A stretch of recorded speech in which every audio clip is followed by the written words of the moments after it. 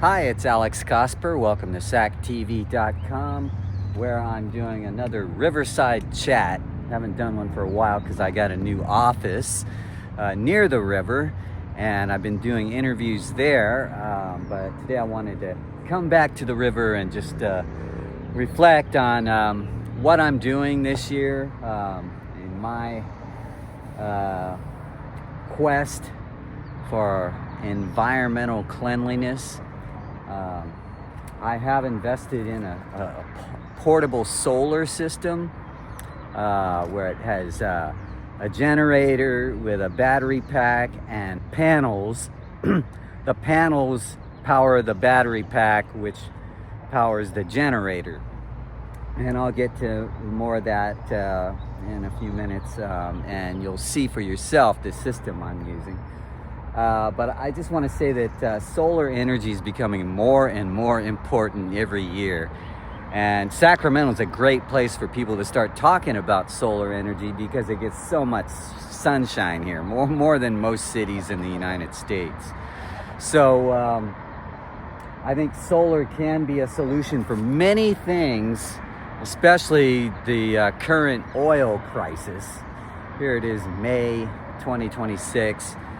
President Trump is throwing a war in Iran that's been going on for over a month, even though he said it'd be a lot quicker than that. And he said there was a ceasefire, even though there's not.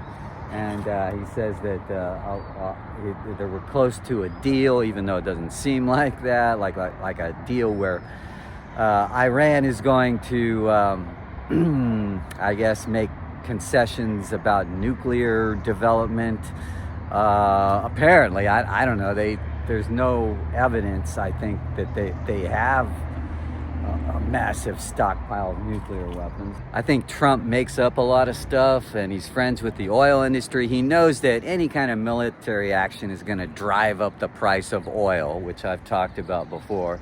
And when oil's $50 a barrel, it keeps gas prices low, like between $3 to $5 a gallon. But when oil prices skyrocket to near $100 or more, then you start talking about $4 to $6 gas, and maybe even higher.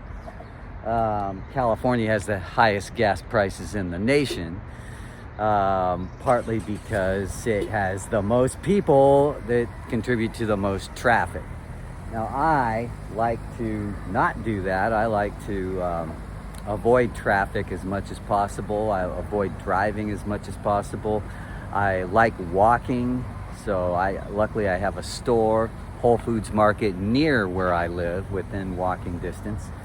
And the only time I drive is once in a while to go to scenic places like this to appreciate the environment. I'm in Folsom right now.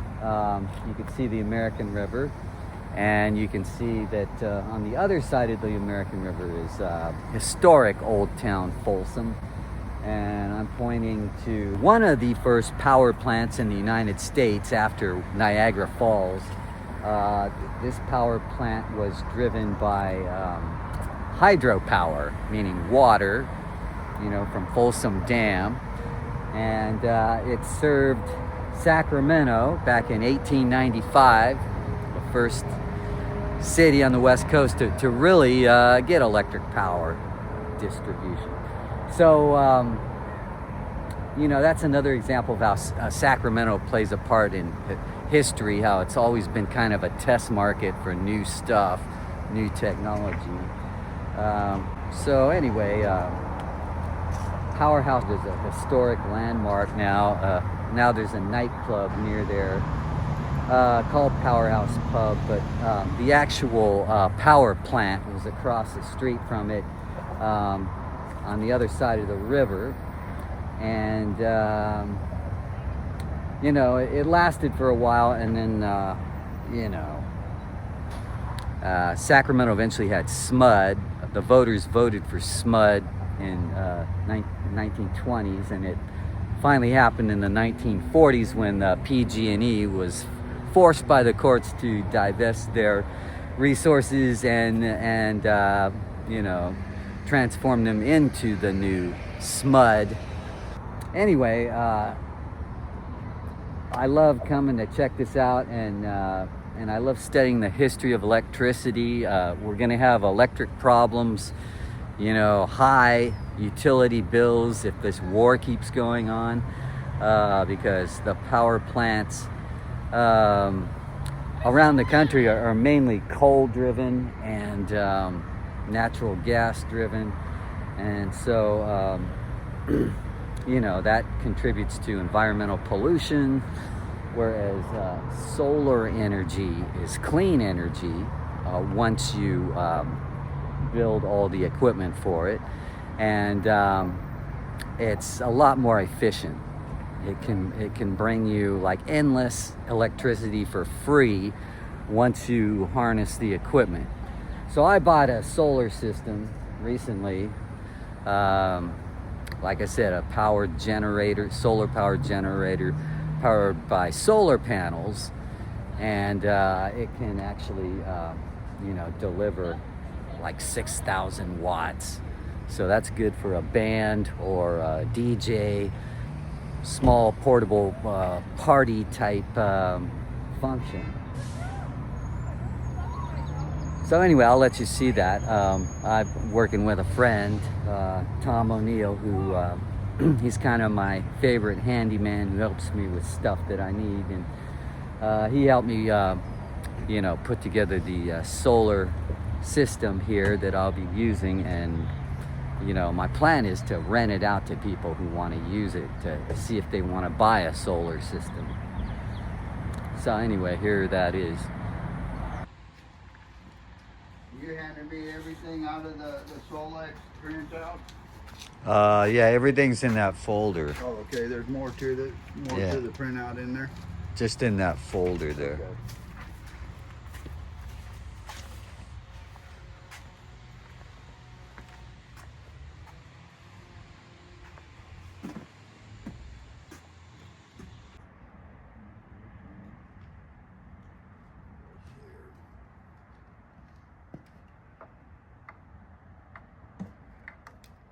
So we put this together about an hour and a half ago.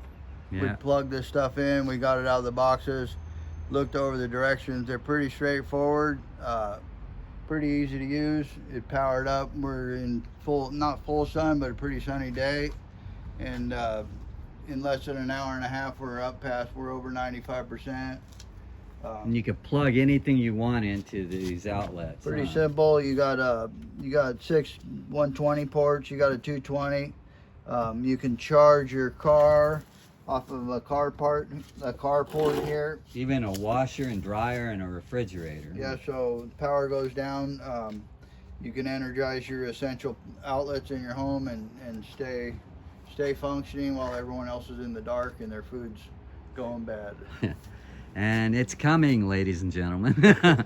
Oil prices are skyrocketing, and so are utility prices, although I'm keeping mine down by minimizing gas and heat. But I got this portable unit because I think it'd be cool to rent out to people who want to know if they should have solar or not. This is a good thing to test out to see if it works for your home or not. This particular brand, Anchor Solex, you can go off grid and run this through your existing power panel on your house at your breaker box. But you can also just energize what you need to energize here from there. You got a 220 port, multiple 110s, and so this is great for a camping adventure. Camping, you got an outdoor wedding, you got some kind of venue that's going to be catered and a band. Here's your power source. This could be on the beach, at a park, anywhere where there's no power, you suddenly have power. Its transport's pretty easy with a handle. It's on wheels for even further transport. No, it does weigh like 130 pounds, but that's easy once it's on wheels and you roll it. This is a heavy part. You can lay it down. Yeah. It's got an extra handle right here to pick up and put in a car. I would recommend 2 people doing it. Yeah. but it does have the ability if you're stronger than me. It's all straightforward. It's just male to female connections with easy. We actually have 12 panels here, but 3 was only what was needed to, I guess, get it up and running. And if you have a bigger demand, you can link 6 of these batteries together, a maximum of 6. The panels feed the battery pack, which feeds the generator. So you got the panels, the battery pack, and the generator. That's easy on.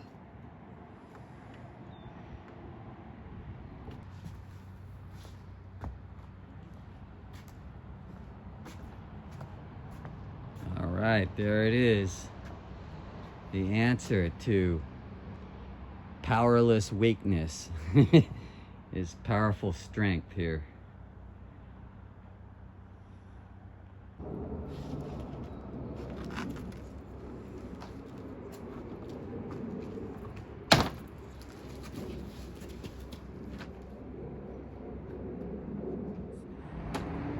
One thing I can always appreciate is to never underestimate the power of the sun. The sun gives us so much energy every day that's kind of wasted. And instead we use oil to, drill out of the ground and oceans, only to pollute the air. And, it's not as efficient as solar energy.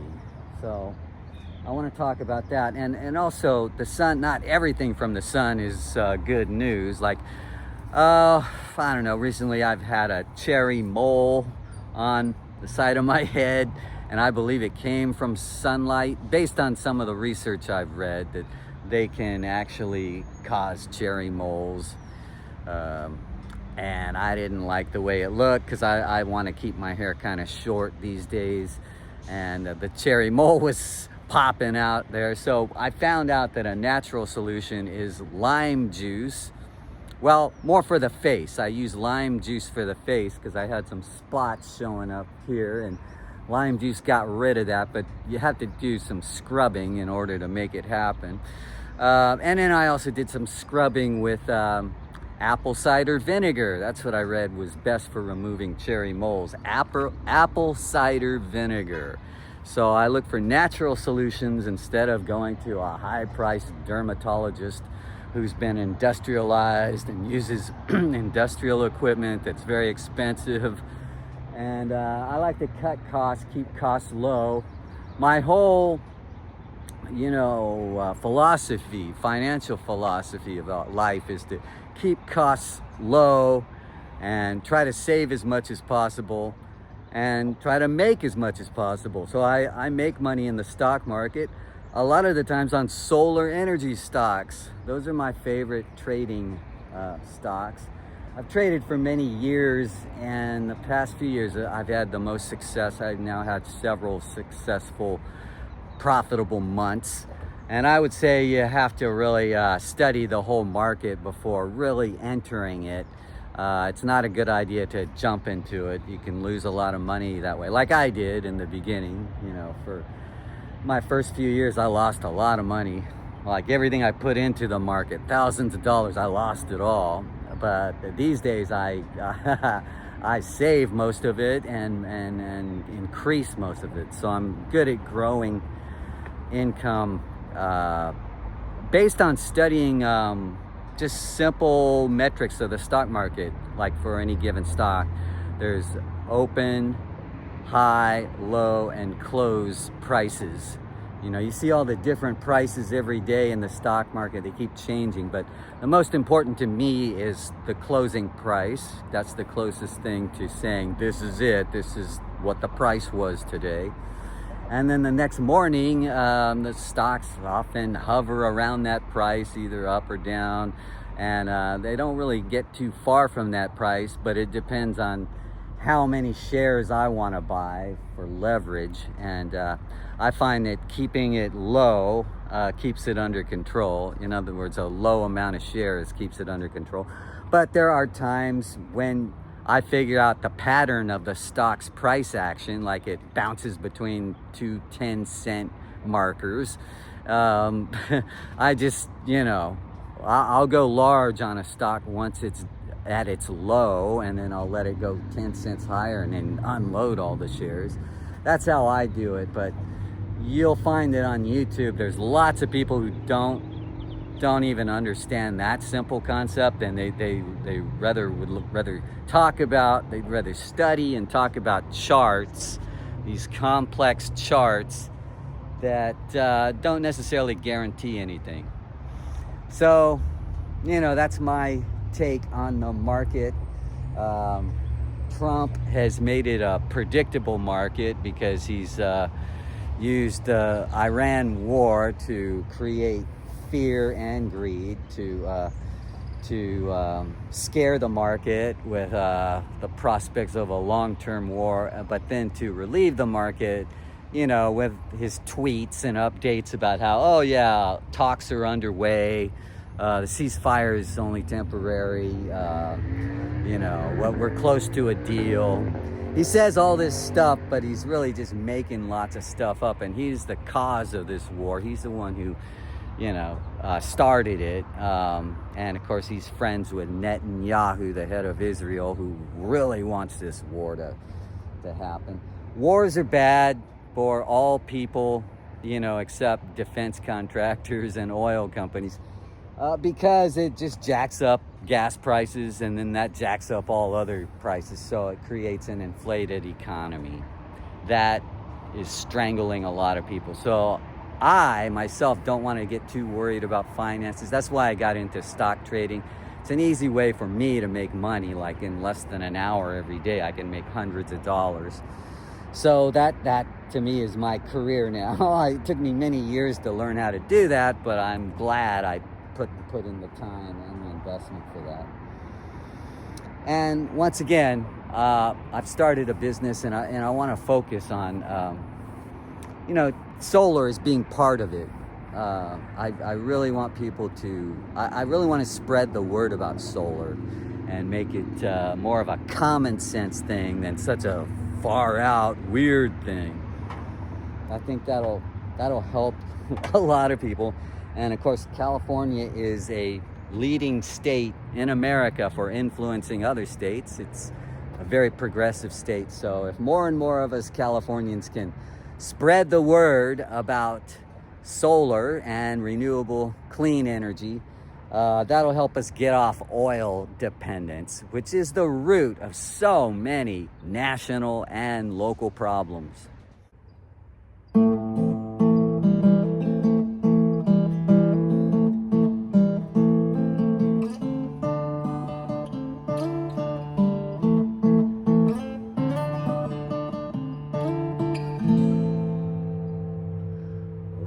It seems like yesterday when we were having so much fun.